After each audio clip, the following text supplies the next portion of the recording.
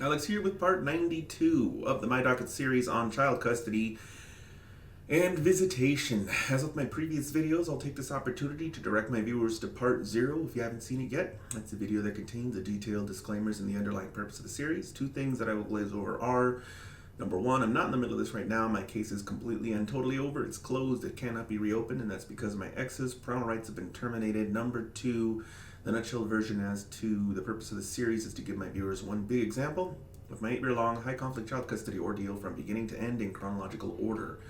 We left off in part 91, wrapping up the briefing on my motion to modify child custody. In the process of filing that motion and trying to modify child custody, I filed a subpoena. It's going to pop up on the docket soon, so we'll get to take a look at it pretty soon. At least that's what I think is going to happen.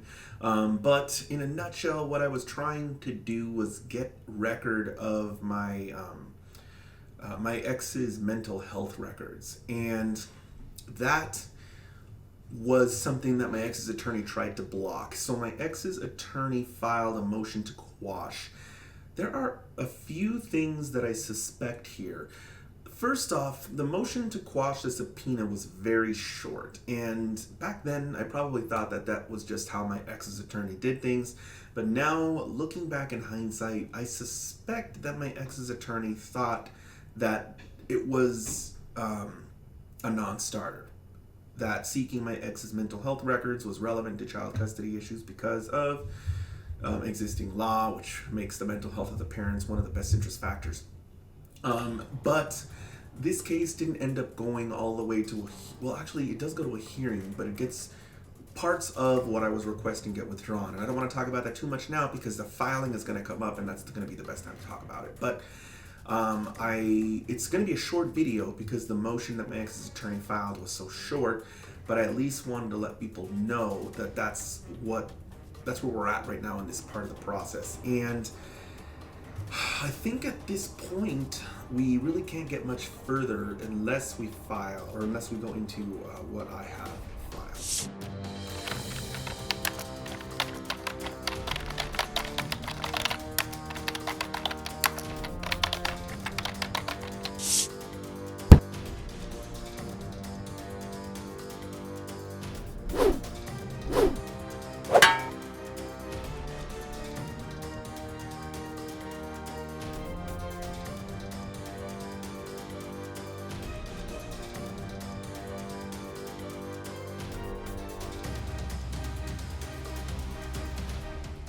Here we have the motion to quash subpoena duces tecum. By the way, duces tecum, the only difference between that and a normal subpoena is that you're asking for documentation, requesting confidential patient records from West Hills Hospital.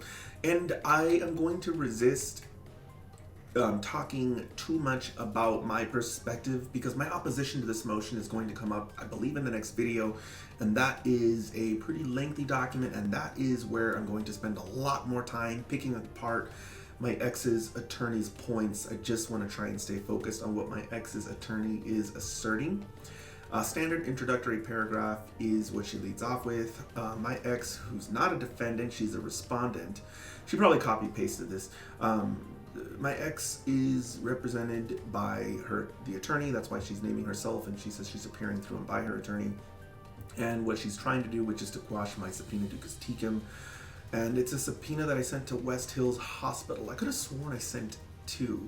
I think maybe at a later date and time I do this again, but this time I don't think I sent it to West Hills. I think I sent it to another facility. I can't remember now off the top of my head, but let's go ahead and move on. Okay, next paragraph within the points and authorities is that I had a subpoena duces tecum issued through the court I commanded West Hills Hospital to turn over confidential records from my ex from over 4 years ago. My ex is requesting that this court issue an order quashing based upon the following authorities. She cites Rule 45C3A, which states that the subpoena that was issued can be quashed if it requires disclosure of privilege or other protected matter, and no exception or waiver applies. Okay, so this is what she's doing to trick the court. So she says that the information is confidential in the paragraph right here, which is true, it's confidential. And then here in the statute or in the rule, it says that it has to be privileged. And there's a difference. And the attorney is hoping to dupe the judge into conflating the two. That's a lot of attorneys do this. I talk about it in the video, win at all costs. The purpose of an attorney, for the most part, is to win the case. It doesn't matter. Nothing matters but victory to them. I can't think of any other. Maybe there's a rare, extremely rare type of attorney who actually wants to litigate a case to what the law actually states.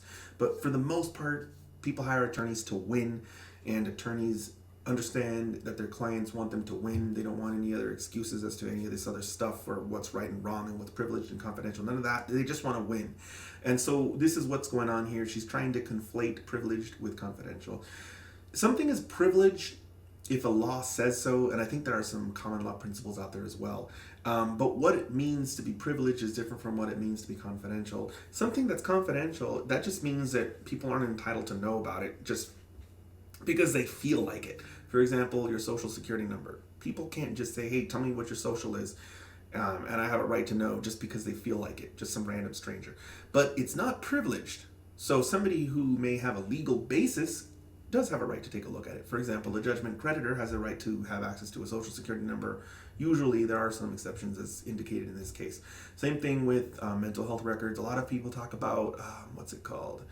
It's not OSHA, that's the workplace safety one. There's a different one that people talk about for HEPA. HEPA, that's the act. And that does indicate that most, I think pretty much everything actually, with regards to medical, psychiatric, psychological, all that stuff is supposed to be confidential. But just because it's confidential doesn't mean it's privileged. If you're looking to see if something is inaccessible through a court order or as relevant evidence in a case, you have to find a way to show the court that it is privileged. And there are certain privileges out there. For example, attorney-client privilege, that's one that almost everyone knows about. There's also a few others out there. But there are exceptions to privileges even. For example, in attorney-client privilege, there's an exception. If somebody tries to say that their attorney wasn't competent in representing them, they're waiving that right, that privilege. And now, in that sort of context, somebody can get access to your attorney-client communications and stuff like that. It's the same thing for medical records. And that's what we're going to talk about a whole lot more when my opposition gets filed. But I just want people to know that's what this attorney is trying to do here.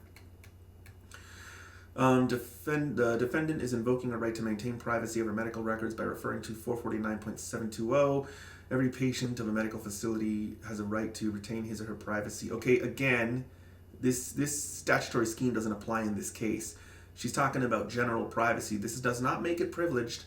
And then the next subsection here is otherwise, as otherwise provided under the law, discussions of the care, except as otherwise provided, and there's a bunch of exceptions here.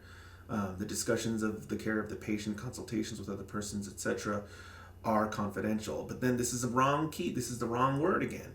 And there's even with respect to confidential, you've got 6 different exceptions, and then you have Chapter 629, which is another exception.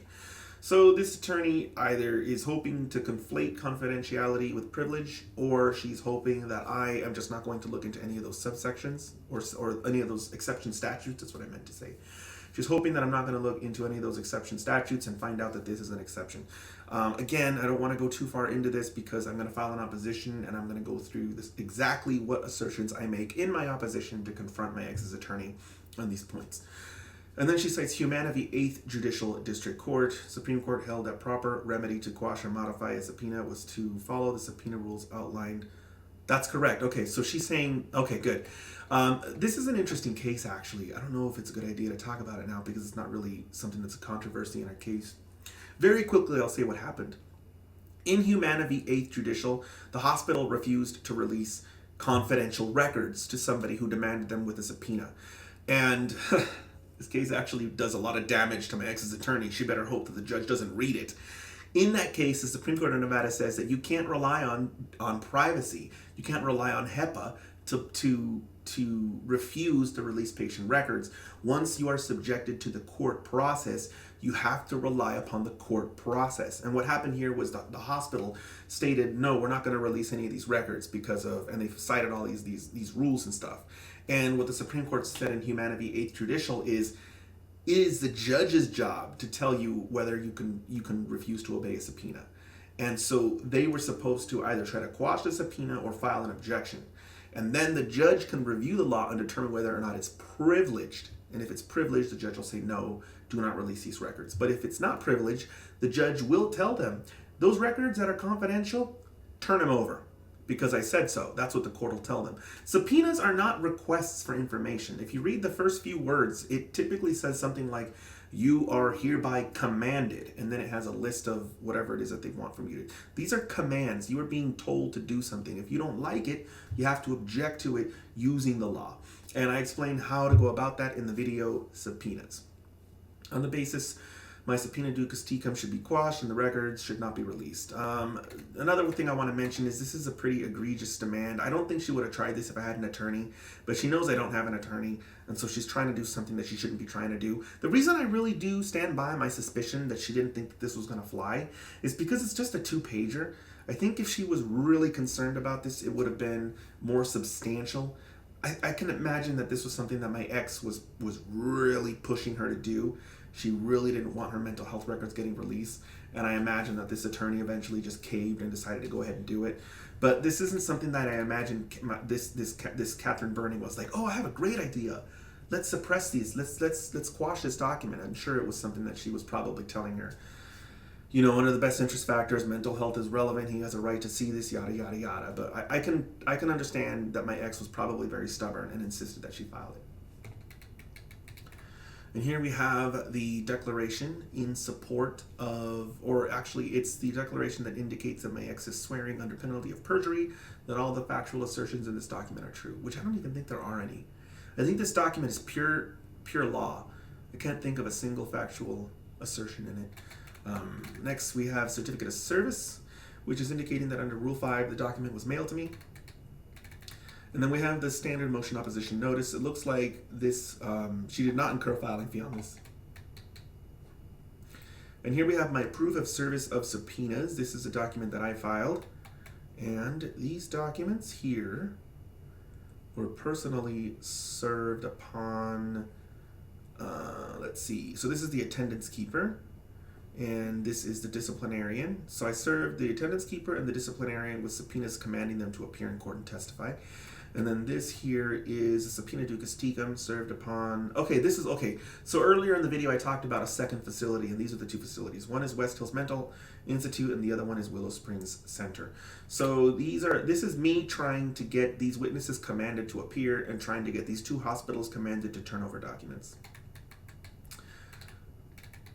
Just a signature. Going into the aftermath, proof of service, I'm just going to treat as negligible. She probably didn't even care. And the motion to quash, initially I was thinking 15 minutes, but then I thought of, it's mainly because it's so short. Otherwise I would never, say that it would take that little time for an attorney to put together something like that. But it was probably just a bunch of copy-pasted statutes. And I'm not going to say 15 minutes. I'm going to say 30 minutes because she would have had to at least consult with my ex. In fact, it might have been a lot longer.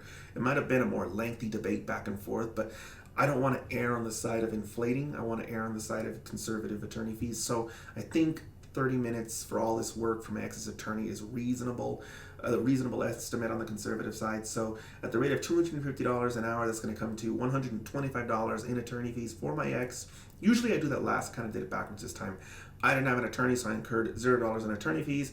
I did file one document, but it was a free filing, so that's $0 in costs, and my ex's attorney did file one document, but that was also a free filing, so that is also $0 in costs. As with my previous videos, if you have any questions, feel free to post them down in the comments below, and I will see you guys next time.